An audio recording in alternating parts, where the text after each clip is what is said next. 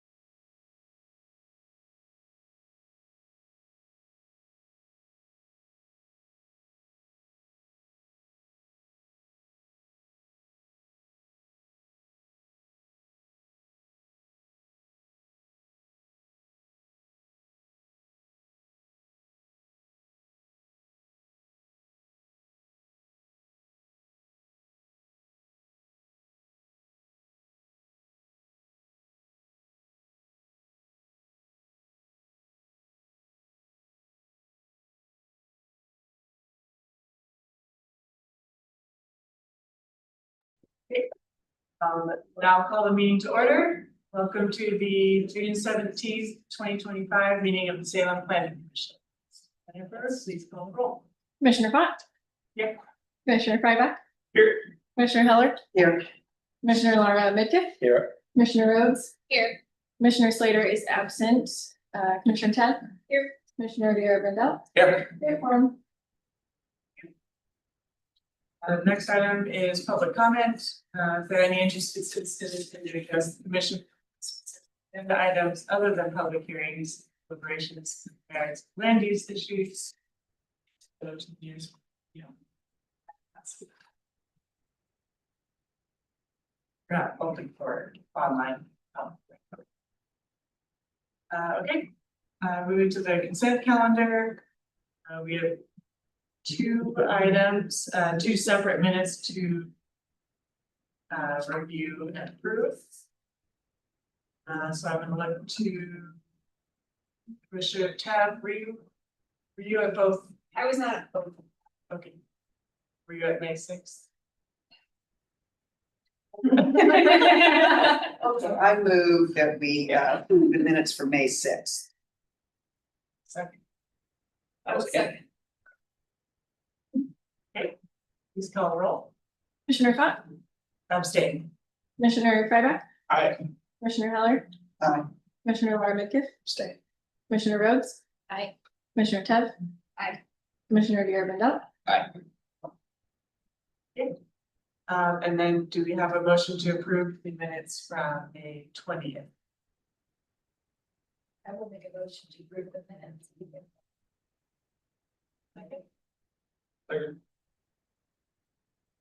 Commissioner Fott. Aye. Commissioner Fryback. Aye. Commissioner Heller. Abstain. Commissioner Laura Midkiff. Stay. Commissioner Rhodes. Aye. Commissioner Ted. Abstain. Commissioner Vieira Brindell. You. Okay, no resolutions or action items. We do not have any public hearings. We're now on to special orders of business.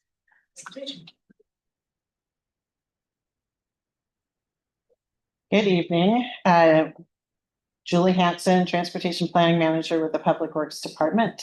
And I'm gonna talk through a presentation and Eunice is also here to support me. We can take questions at the end. I am also expecting a staff member from the Oregon Department of Transportation to support in answering questions, but he hasn't showed up yet, so we'll see. Now I have to share, right?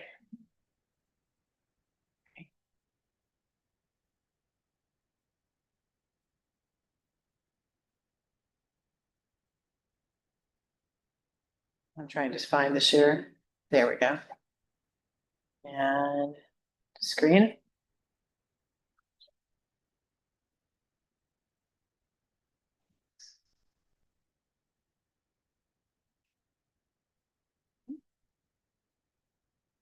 Okay. How do I get rid of that thing at the top? I don't think I can. Oh, I can do this. I can say okay here. At least.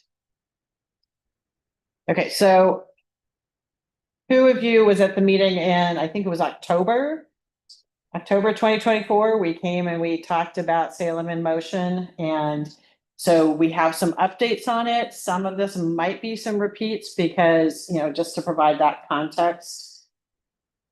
So we're going to talk about Salem in Motion, why we're doing it, and focus both on phase 1, which is the regional scenario planning, and phase 2. In your packet, we included a overview summary of the preferred scenario that's available on the regional scenario planning webpage. So as a reminder, Salem in Motion is a multi-year project to update the city's transportation system plan and implement the state's climate-friendly and equitable communities rules that were adopted in 2022. Just in case you want to see a paper version, this is the transportation system plan. Updating this is really phase 2. And right now we're still wrapping up phase 1.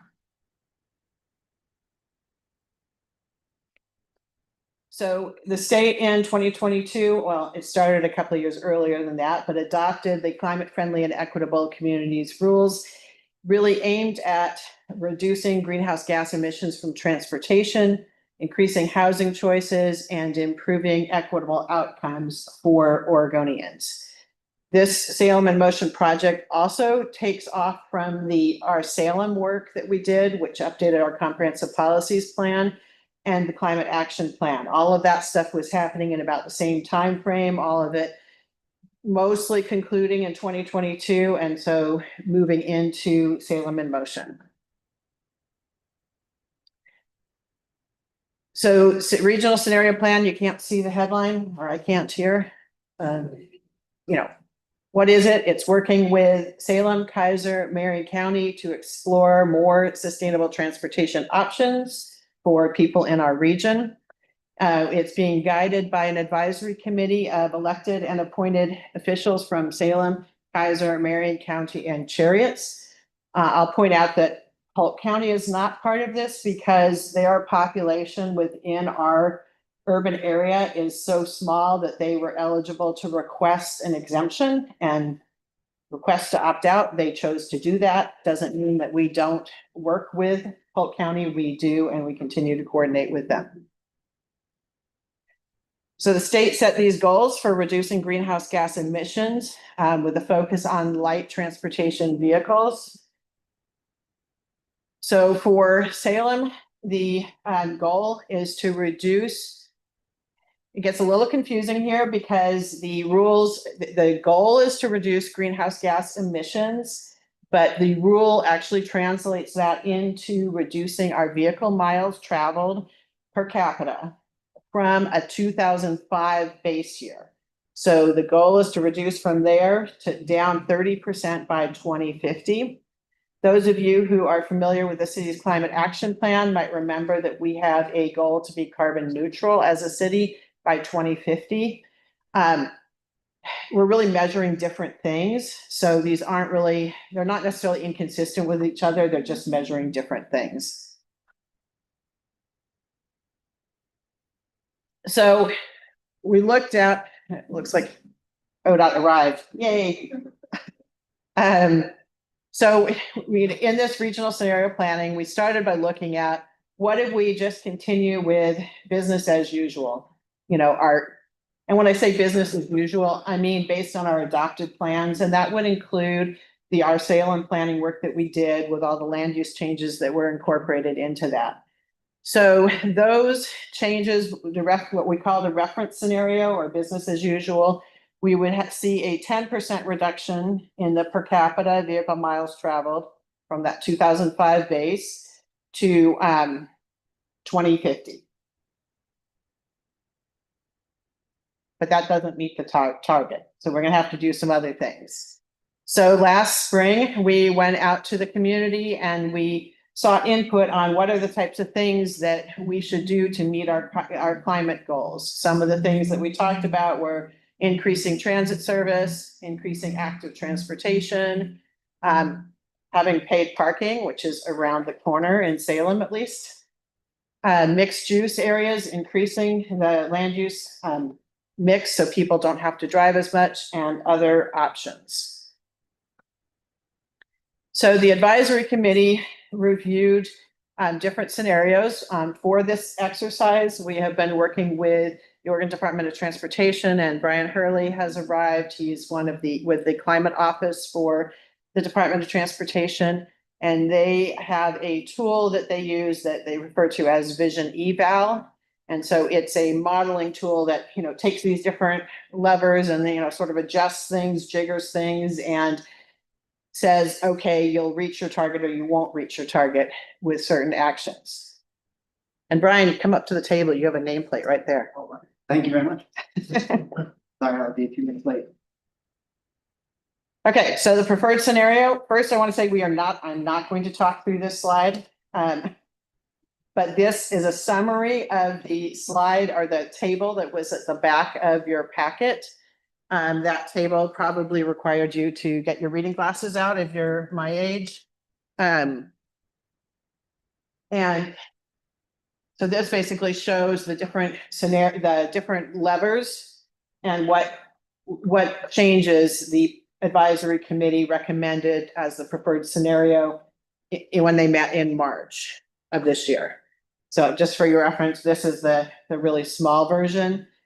This has more data because it does separate things out between Salem, Kaiser, Marion County. Here, we're just looking at the regional values.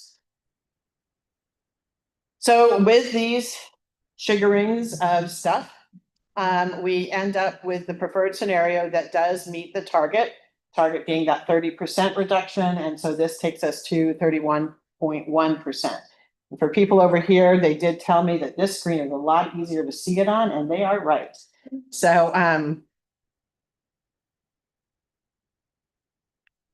okay, so we have the preferred scenario as recommended by our our advisory committee. Then the question becomes, how are we going to implement that? And there are certain requirements that we have to do.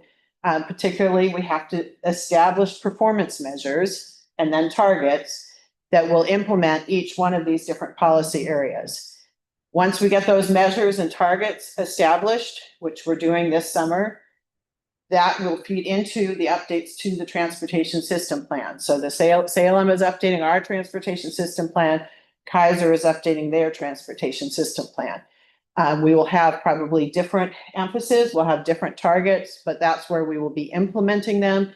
So if we have a performance measure and a target that says we're going to,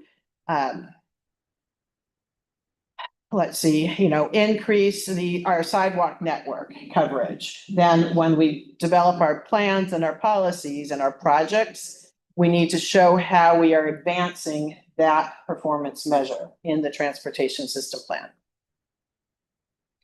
So how do you measure progress? Performance measures, as we've talked about.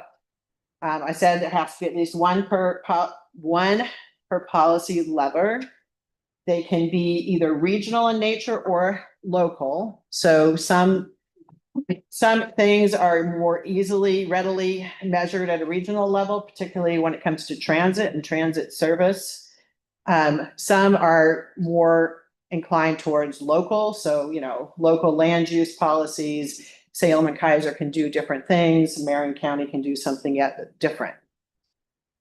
When we get to the transportation system plan, it's important to note that we are not limited to the performance measures that come out of this exercise. So if we decide in this exercise that for reporting sake, we want to report on something that everybody can sort of agree to, definitions between the jurisdictions, then we might stick with that and not do something that's maybe more unique to Salem. That can then be added in our transportation system plan. We will also be including equity measures that focus on underserved areas of town. And the purpose, of course, is used to track progress on reaching these, the target, and reporting to the state every 4 years.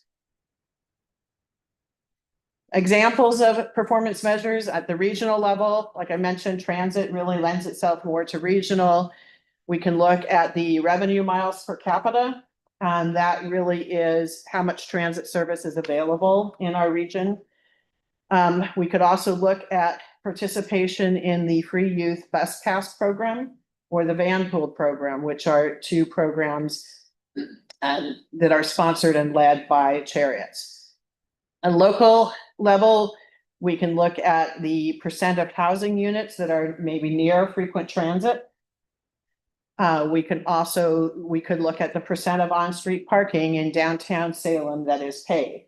I will note that Kaiser and Marion County chose not to, I might have already mentioned this, but not to do paid parking in their plan, but Salem did. So we will be the only ones with that as a performance measure and target. On active transportation, we can look at sidewalks. We've discussed, you can look at percent coverage of your sidewalk network, either citywide, or you can narrow it down to be near transit, or you can further narrow it to be in underserved areas of town based on census data. Similarly, with a percent of bike network complete, bike network is a little bit more challenging because there's not necessarily, in most cases, a sidewalk is a sidewalk. That's a pedestrian facility. For a bike, it can be a bicycle lane, a protected bike lane, a cycle track, a low volume street. There's different ways, so it makes it a little bit harder to come up with a regionally agreed upon definition to track. So right now we are in the midst of an engagement opportunity to inform people about the preferred scenario and to get input on these performance measures. And so that QR code will take you to that webpage and survey. I also put a handout on your desks that also has that QR code. The survey is open until June 29th. As of yesterday morning, we had only heard from about 70 people in the community. And so we're trying to get more people aware of this. We'll be doing some more outreach activities. It is not a scientifically valid survey. We know that. And so when we are reporting the results back to the advisory committee, we'll share it with that. What's the right word? Consideration, so it's not, not everybody thinks this way, but we really like to get a little bit bigger representation.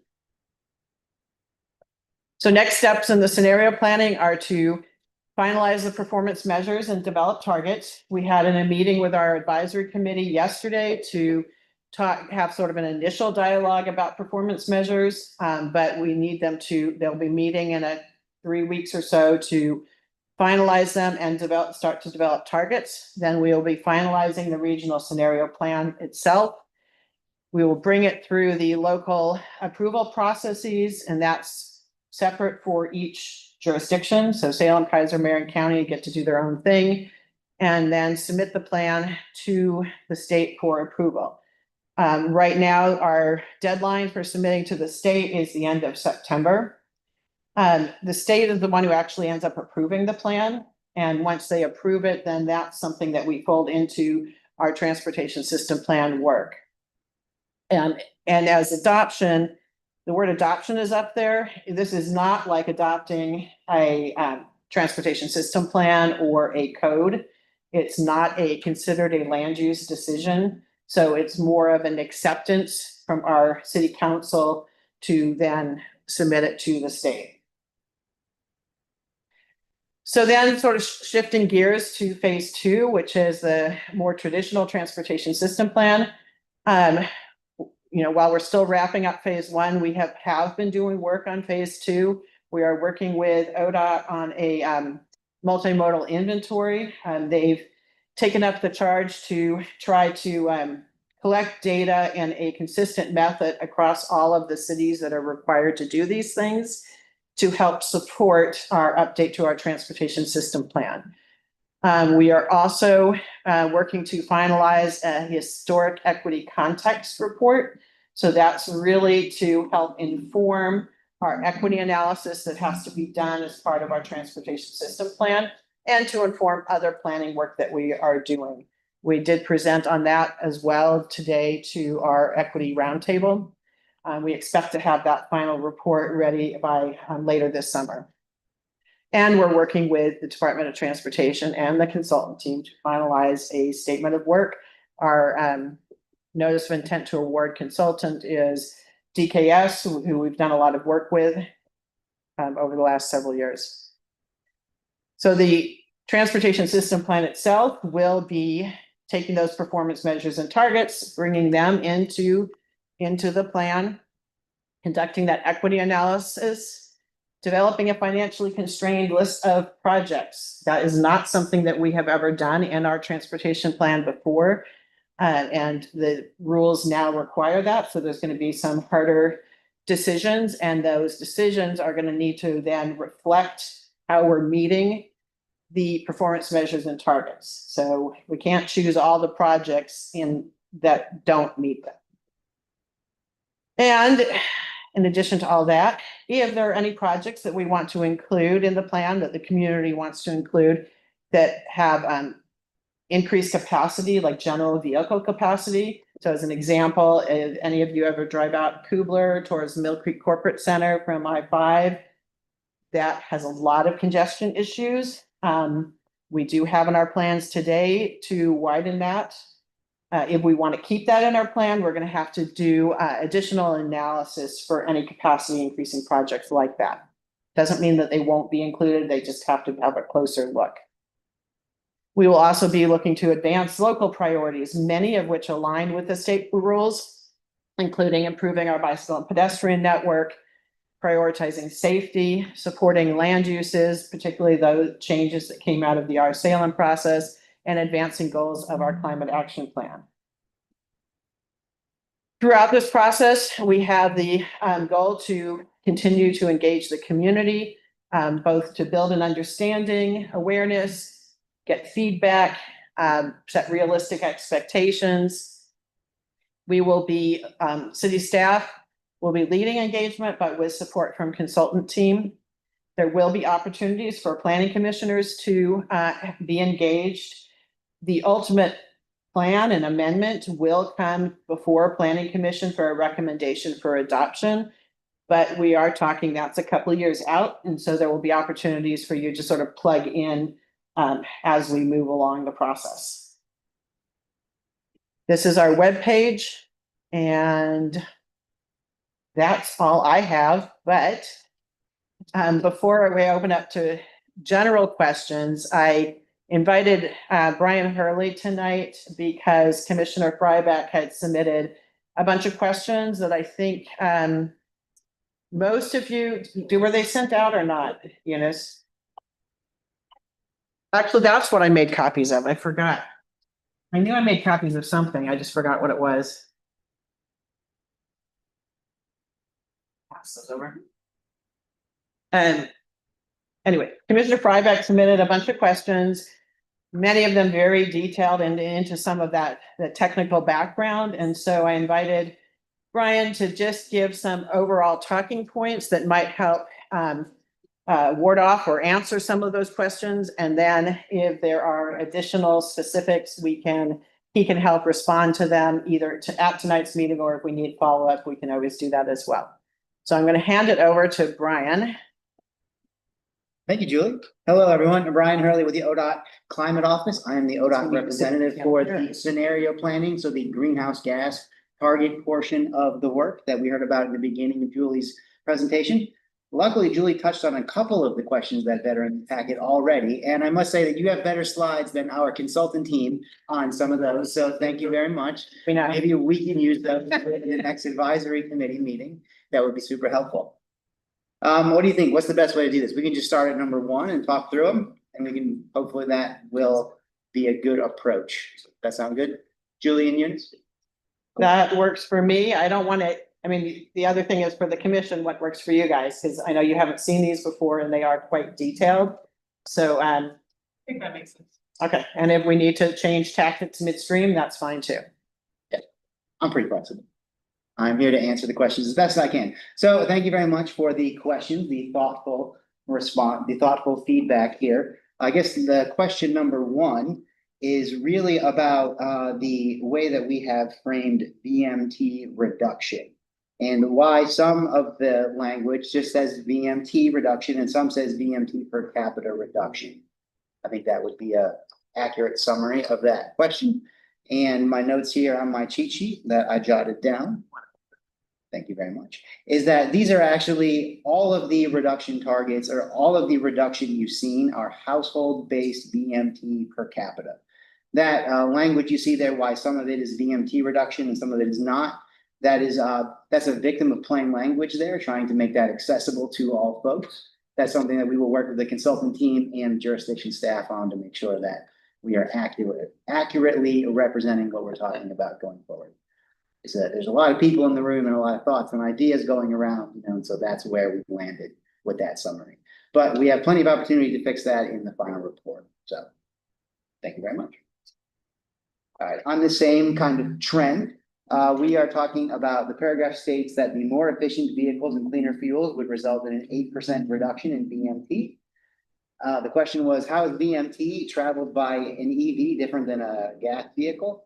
And I guess what we're talking about with this question, the 8% reduction that you see there, that's in addition, though, that is all state actions, which includes vehicles, fuels, and any pricing actions that the state may put on the transportation system.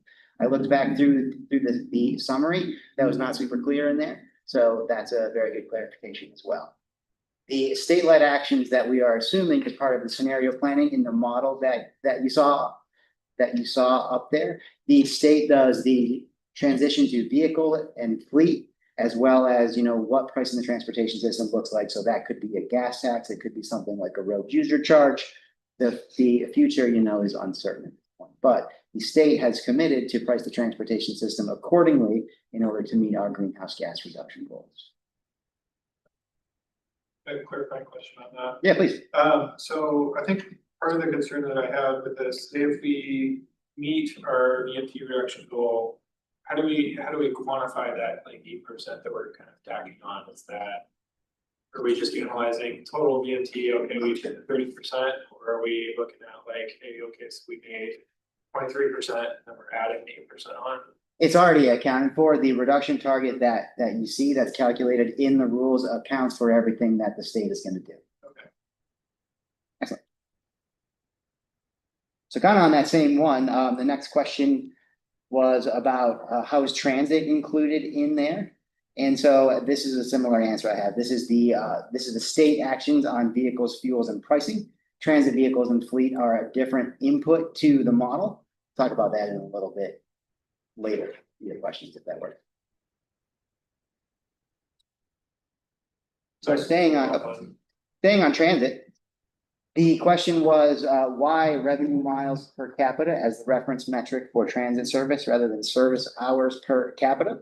So I'll admit I'm not a transit person, but my understanding is they are very similar. They're basically equivalent in terms of what we are talking about here for the modeling. Both exclude deadheading and miles traveled by the vehicle when not in service. So they're really about when the bus is available for people to get on it and actually take a trip. So that's what the model uses. It is convenient for us because also Chariots uses and tracks revenue miles as one of their metrics, their KPMs, I believe they call them. They also track revenue miles per passenger as well. So that is another reason why we went with revenue instead of service. We had a big discussion with the PMT and the advisory committee about the language there, so. Yeah, another helpful point. I know Chariots uses service hours as another KPM. And I think the way that I understand it is, like if you've got like a regional bus service that's running on I-5, you get more revenue miles than service hours. Buses go a lot faster, but if you're in a local service, you'll get more service hours and less revenue miles. I wasn't sure if there was a reason why one was chosen. I think it's just that that's what the model operates on. And so we're trying to, be consistent. Correct. That's the world that we're operating within, it was much more beneficial to use it because that's what the model takes and Chariots was able to provide it. So that was the best path forward. Okay, that was number 4. So now for number 5, talking about bicycle ridership, essentially. So there's a nice write-up here. Thank you for that write-up, and also the potential ideas for ways to track progress over time. But what you're seeing in the modeling was in the inputs that were up on screen, that 30%, I might be getting that wrong. I don't want to misspeak. It's definitely not 30%. The SOV diversion is the amount of single occupancy trips that are diverted to bicycles or active modes. So that could be a bicycle, it can be an e-bike, a scooter, anything that is, rolling with lots of different types of modes out there. There's lots of vehicles out there. That's what it is about. For the input for the model, it is all of the round trips that are 20 miles or less that are able to transit, that are able to switch modes from driving alone to riding a bicycle or another active mode. The model is sensitive to a number of factors, including everything in their household, including the number of people, the income that they have, the number of vehicles that they own, as well as the surrounding land use and transportation infrastructure, like the amount of mixed use where they live in, also the amount of lane miles and freeway lane miles that are available to those trips. So that's how the model captures it. We go with 20 miles round trip, looking out to the future. Our preferred scenario goes to 2050. We don't know what's going to happen with e-bikes by 2050. They could get really popular and people could ride them a lot on a lot longer trips, getting closer to that 20-mile radius. So that's what we're talking about there. And that's the input to the model. So we are, same with the revenue miles, we're kind of locked into that for when we're doing the analysis. And what we are, so when we look at the preferred scenario, if you look at the last page on your thing, I'll say that the table has the wrong title, another typo from the consultants. We're going to find another one. Yeah, it should not say reference scenario summary, it should say preferred scenario summary. But yeah, the share in the middle of the page, it says share of single occupant vehicles diverted to bicycles and active modes. You'll see the far right of each of the groups of columns, it says 4.2% for the region. So that's sort of that regional number. And then for the 2050, it shows 15.1%. So basically, we're almost going 4 times as much as today in that 2050 scenario.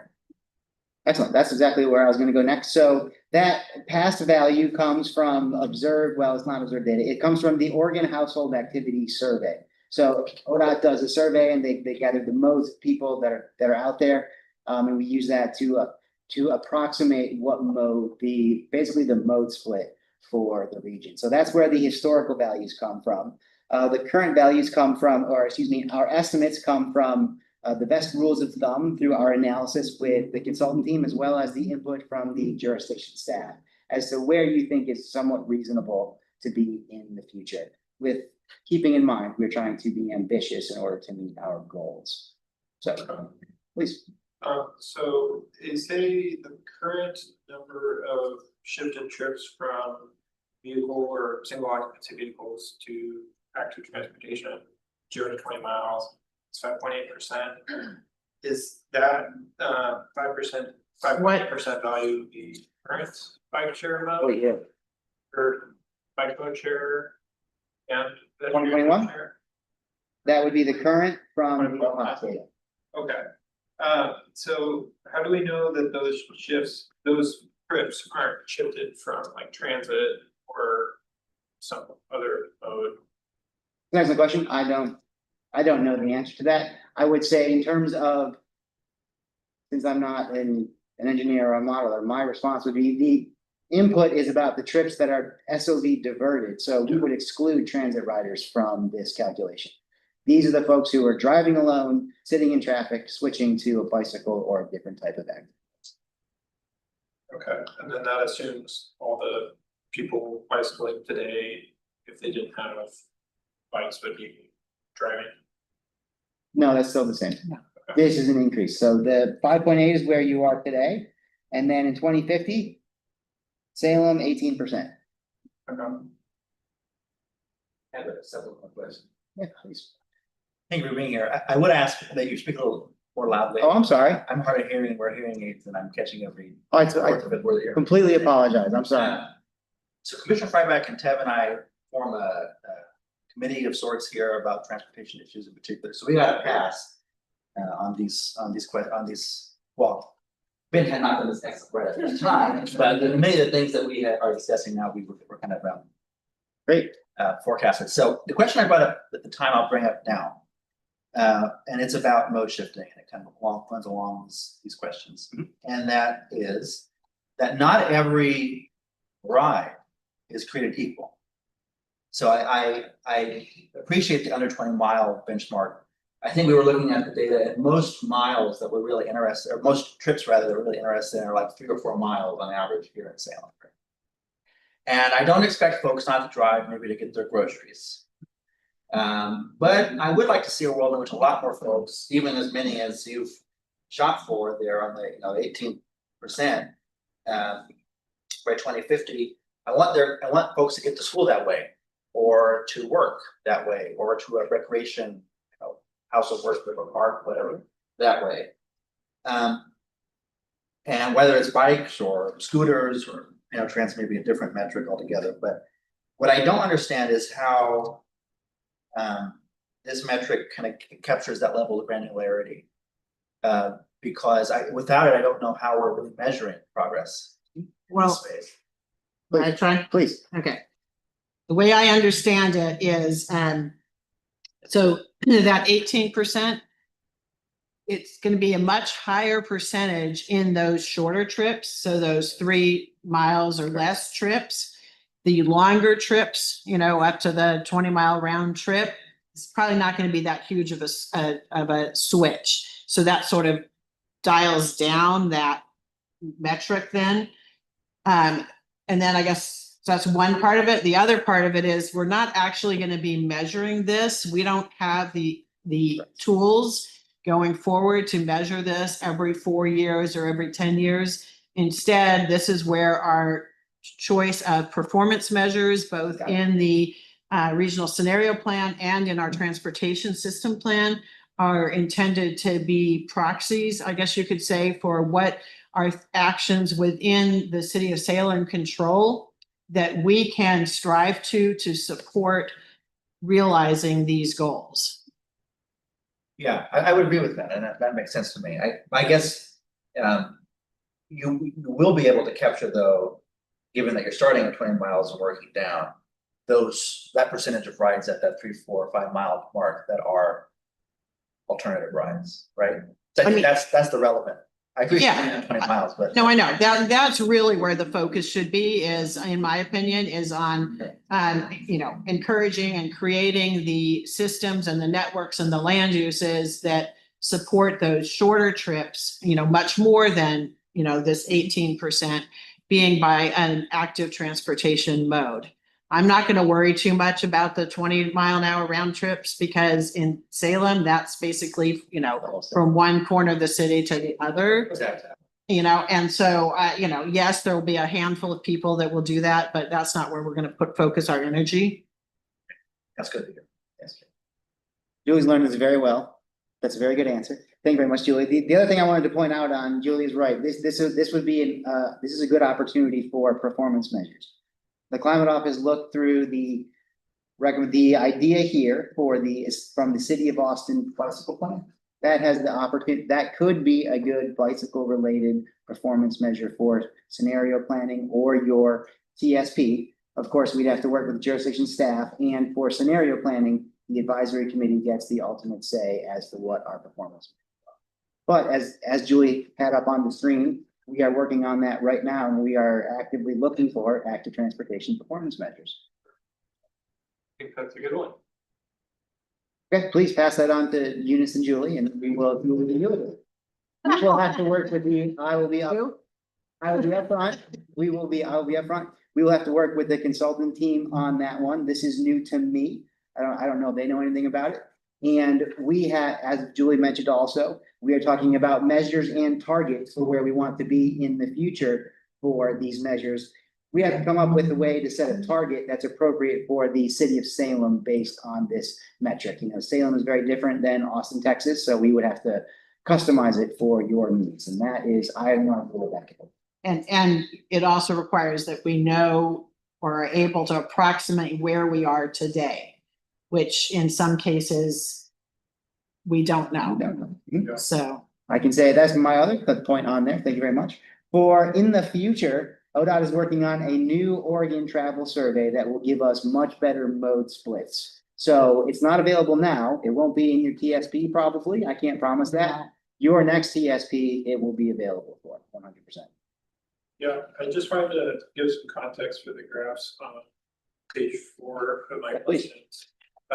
These charts are prepared by, I guess I could call him a friend, Michael Anderson. He wrote a piece by Portland, and then I think he wrote another article, but he used some data that was provided in it was like an oversample for the ACS Metro. And so he was able to create this chart for Portland's mode split and kind of draw, you know, what the pedestrian mode share is like, or the bicycle mode share, driving mode share, transit, or whatever. And to me, that makes it's a lot more easy to communicate to a community, do a performance measure based on mode share by distance. Because if you go to, say, a public meeting or a city council meeting, or trying to tell what city councilors are, you know, trying to pass a TSP that says that they're supposed to have 15% of bicycle trips under 20 miles, or 15% of trips under 20 miles be by bicycle. People are gonna be like, oh my God, I'm never gonna ride my bike 20 miles. But if a chart like this is a whole lot easier to communicate to somebody that we're really focusing on the 3 to 4 mile range, and it's not all trips, like if you're going to the grocery store, you probably aren't going to be riding a bike, or if you have a cargo bike, you might, but yeah, so. So I'll just say that, you know, once again, that's why it's important to not get stuck on these numbers, because these are really the product of a model that isn't perfect. And really what we want to turn our focus to is what we can influence as a city, and also with our partners in transit to influence people's behaviors. And I agree that focusing on the shorter trips, it makes a lot more sense.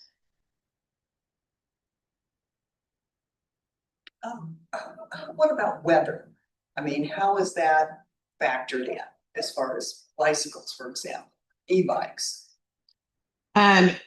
So once again, in this model, it's not, okay? So we don't worry about that. One of the things as we're developing performance measures, we are asking in that survey that if you go on there is what are the barriers to people for using active transportation, and weather is one of the drop-down options in there. And you don't have to choose just one, you can choose, you know, 5 or 6. But yeah, that's a consideration. And yeah, I did, not to make light of it, but I did have somebody once come up and suggest to me that the city should be building covered bike lanes, like as in Heard that. bike lanes where you have a roof over you the whole way. And financially, I'm sorry, that's not gonna happen. So, Where awnings, canopies in some areas. yes, and that, but we're not gonna end up with covered bikeways, sorry. Covered bike parking, yes, that's a good goal, but you know, Excellent. Any other thoughts or questions on the active transportation one? Number 5. Great, thank you. number 6, Keep going, number 6. All right, thought you were gonna say something. nope. Thought you were gonna answer it for me again. All right, so the next one, this question is about the arterial lane miles projects that are included in the preferred scenario. If I'm understanding the question. I can answer it if you want. Yes, please. Okay, I have it. I have it too. okay, well, see if our answers are the same. Go for it. My answer is that, no, projects that are included in the preferred scenario, like capacity enhancing projects, are gonna have to go through that additional review in part of the TSP. And the fact that they're in that regional preferred scenario does not mean that they have to stay in the TSP. You're gonna say that? That is correct. For the projects, they have to go through that additional analysis that Julie mentioned in the TSP portion of the presentation. And the reason that these are included now, even though they're in our, some might say our old transportation system plan, is because our old transportation system plan is our current transportation system plan. And the only projects that we actually included were the ones that are in the regional financially constrained plan. So I said our plan is not financially constrained. So we do not have all of the projects from here in the preferred scenario. Only that subset of projects that made it into the regional metropolitan transportation plan, and they go into the regional model.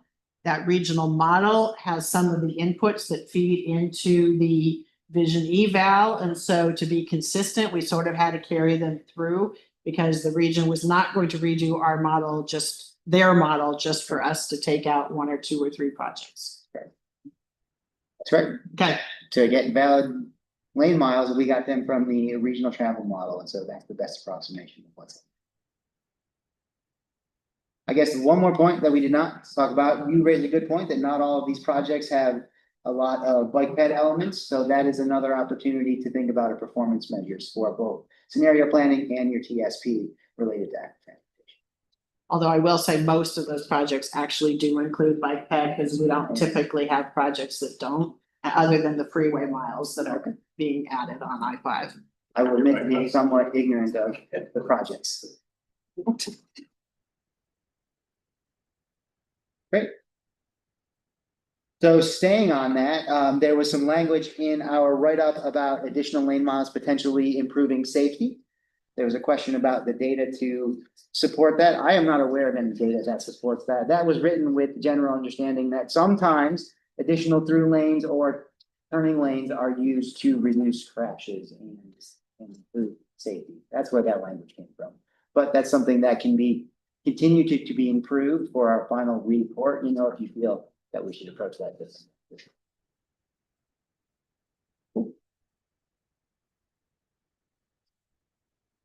So going back to transit, right? Nope. Yep. Number 8. Okay, thank you. So this is another issue where we found a typo in the table, so we will have to correct that. For 2050, it should be 0 gallons gasoline equivalent. And that is to capture Chariot's desire and plans to be 100% battery electric by 2050. So that's where that came from. We, as part of our work, I have not seen any feasibility or backup plans by Chariots. I've heard Chariot staff talk about things like that. So hopefully that is available. Maybe, if you are interested in that, the city staff can help track that down in some way. But really, by 2050, Chariots is assuming all buses are electric. So that's where that comes from.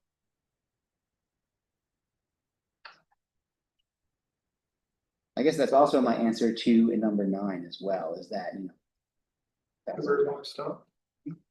Good.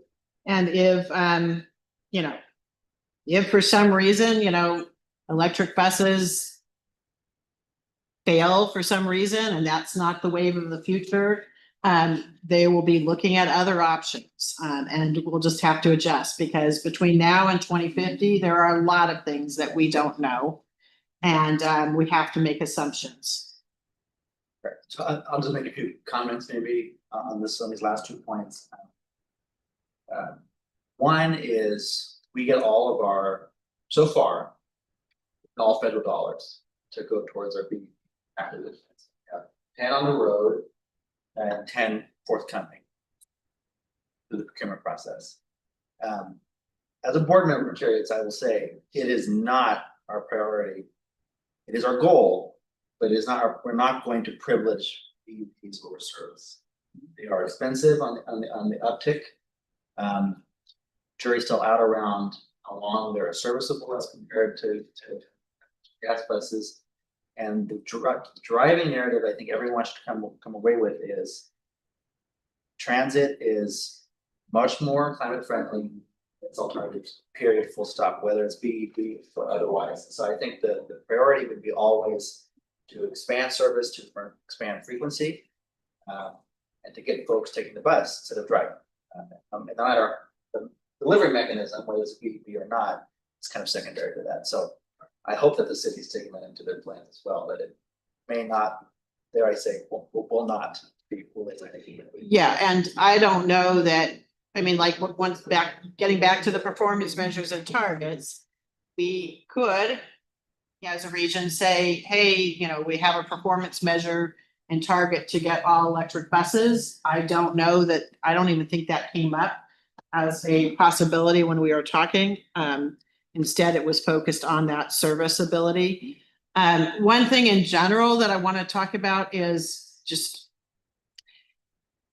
as Brian alluded to meet these goals and the state's goals, it requires a lot of very ambitious action.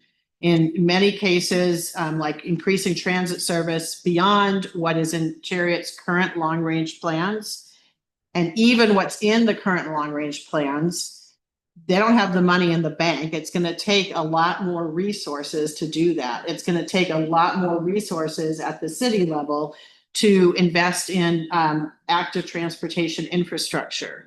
So when we adopt a plan and performance measures, we will be reporting to the state every 4 years as required in this rule. And if we don't make what we're reporting on, we're going to need to look and say, well, what else can we do? What other options are there? Where can we get additional funds?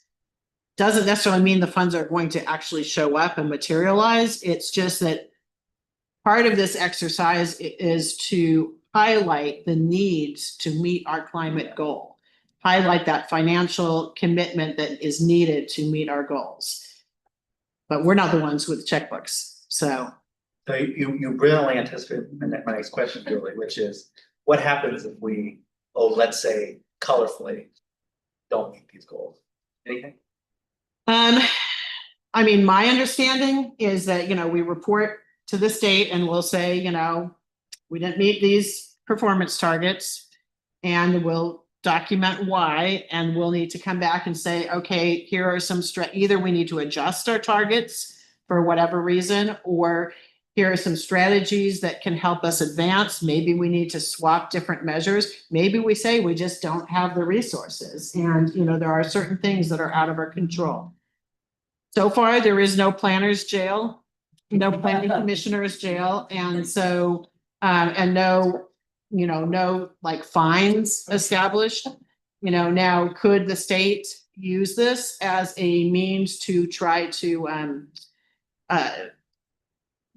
give leverage grants? So like, let's say we're applying for a grant for something from the state. They could at some point choose to say, you're only eligible for this grant if you're meeting your goals, or you're only eligible for this grant if this project will advance you towards your goals.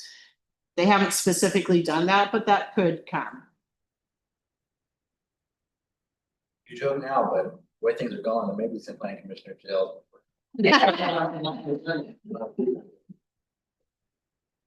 We are in the police station, of course. You True, know, it would be a Show short sign, you trip, guys, this is it. It'd be a very greenhouse gas friendly trip. right? yeah, yeah. Did have one more question looking at this chart. Please. On the pricing, row, where it says state annual vehicle fees such as inspection, registration, whatever, $21. Right. It says that, those fees are supposed to go down by 61%. Right. But I've been following the House Bill 2025 discussions, and it sounds like those are gonna be going up. This document you're seeing was written before that. Okay, That's why you're seeing that. And some of those fees are not adjusted for inflation or were not scheduled to be increased. So that's why it's like, And I will say, just from my perspective as to working with the state over time, is the state in general is very hesitant to put forth some assumption that the legislature hasn't necessarily supported yet. that's We have to do it at the city level all the time because they tell us we have to, but we're really erring on the side of caution as far as that. right, not over promise, what do you call it? Under promise, over deliver. yeah. Something like that. Any other questions? Thank you very much for your time and presentation. Thank you for having me. I appreciate the thoughtful questions and the feedback. If you have any more questions, feel free to communicate with staff and they know how to get in touch with me.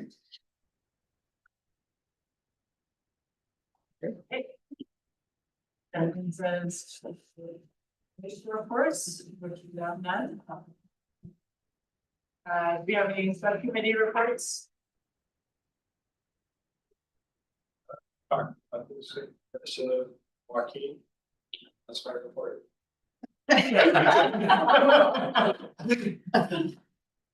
Right, excellent. Any other comments up? That's our notes. They got her and sent to us. It was coming up. And you only read it. Yeah.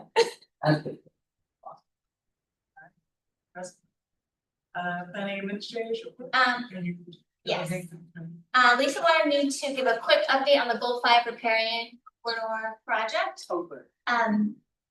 So it is in progress. The public works staff and natural resource planners are working on the inventory with the consultant team. And we're still forming the riparian advisory committee. We're still on it. We have not had our first meeting. Okay, good. Yes. Gonna ask. No, we haven't had it. We're actually trying to recruit for a second member, and my understanding is that I volunteered. Yeah. Okay, so if that's the case, I will bring a staff report to the next planning commission meeting to officially appoint you to that committee. We're also recruiting for 2 city councilors, and then we hope to have the first meeting August, September timeframe to kind of give an overview of what this first phase is, which is inventory of the waterways and repairing coastal road. End of the year, kind of results of the inventory. Yes. And then city staff, Bryce and I, in the planning division are gonna take over phase 2. And that's where we start really looking at regulations and how are we gonna better protect through regulations, the waterways or repairing corridors. And so we anticipate probably 2, maybe 3 advisory committee meetings during that phase. And that will be next year. So it's still happening. We just haven't pulled together the advisory committee head meetings, but we will. So we'll have a work. Great. Any questions on that? Okay. Okay, any commissioner comments for good of the order? Oh, I mean, this is kind of somewhat related to transportation planning, but part of my little research adventure, I was looking at the SCATS 2050 plan. And they included in that the kind of no build option and the yes build. And as you might know, the 2050 SCATS plan is not financially constrained. And so I read in it that as of 2021, 16% of the roads in the region, or I guess in the city, no, in SCATS, were considered congested during the peak hour. they're like 80% to 100% or more of their capacity during that hour.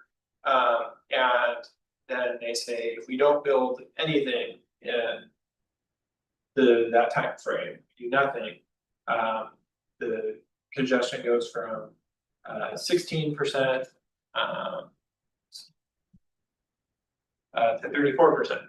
And that's like, okay, that's a big jump. But if we do everything on the non-financially constrained gas plan, that includes like the Gordon Road project, I think that's like $184 million of roadway things. You know, and all those other projects, and that would increase congestion by only 8%. So as far as what I'm understanding, or maybe staff could correct me, we're really, what we're looking at for the TSP is you're shooting for somewhere between an 8% increase in congestion and an 18%. And so as we kind of pick which projects are financially constrained. Well, a couple of points. The regional transportation system plan is financially constrained. Okay.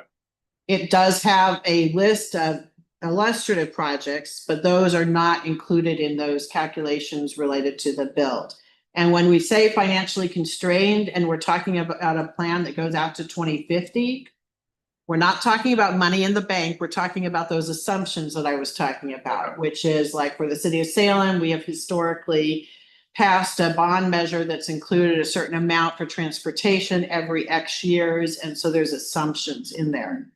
When we do the Salem TSP, we will be looking at what kind of revenue might we assume between now and 2050. And we will then be evaluating it over a bunch of different metrics, right? So that will include how it helps us to meet our performance measures, how it helps to complete our bike network, how it helps us with our safety goals. And, you know, capacity congestion, you know, may be one of those goals, or it may not. It's not a requirement of the transportation planning rule anymore. I mean, maybe a little bit on the state facilities, but I don't really care about them, sorry. So anyway, you know, it will be part of that discussion, but there is no specific thing that we're aiming for. And whatever we do on our update, we will feed into the regional plan. Now, they will probably be updating their plan before we finish our update. So it's all sort of, we do this along the way, you know? Yeah, I think just my general point is, you know, if we're investing a lot of money and we're, you know, looking at our travel times or whatever, and I guess the previous goal might have been to reduce congestion. It's just really important to consider the need for alternatives, because we're not getting rid of congestion anytime soon, and it's going up. So I just think it's just very important that we acknowledge that this is something really important we need to consider.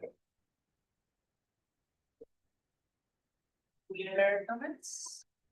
I just want to remind folks that we have a public hearing on July 1st, and I know that that's a holiday week. So if you are going to be absent, just let me know, because we'll need to have quorum. There's timelines that happen with that one, so just let me know, as you know. Yeah, I'm gonna be a little bit louder about what we talk about off the record. I'm gonna say it on the record to the tens of people who listen to it. That I really do want to request that we find ways, don't pretend like I have a solution, to make things more accessible. I remember when I first joined the commission, three of us, so at the same time, that was a year ago. I was able to listen to a whole year's worth of commission. And I couldn't hear half things that were said. And it is totally, on that point alone, unacceptable to me that we don't have a transparent governance here for folks to say, period, full stop. And on top of that, you all serve as someone who is a non-driver, has mobility limitations, and candidly, it is hard sometimes to get here in a timely manner.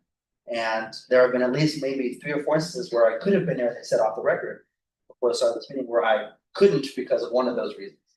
And I had to not be here because I've been told by staff who don't have a decision in the matter that we can't call in and Zoom in. And I'm just sitting at home at my desk, not here, which to me is sad, not for me, but for anyone else who might come after us who is in my position, who wouldn't otherwise be able to attend. So I think if we're really interested in making places like Salem more accessible for folks, a lot of that has to do with the governance that goes into that, and our governance is not accessible to those folks we want to hear from sometimes most urgently and most consistently. So it's food for thought and a formal request, not a motion or anything like that, that we think more intentionally about that.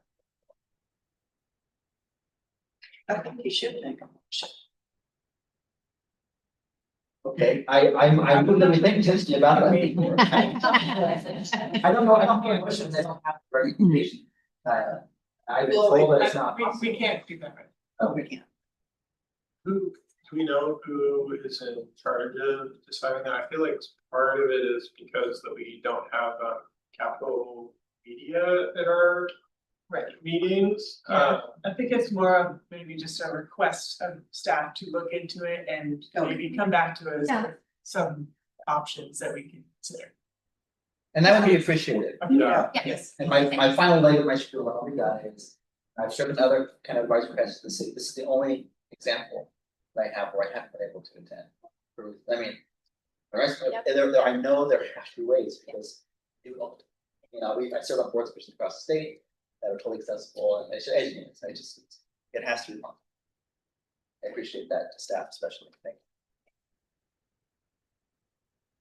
you. Anyone else? Okay, and I don't see any members of the public.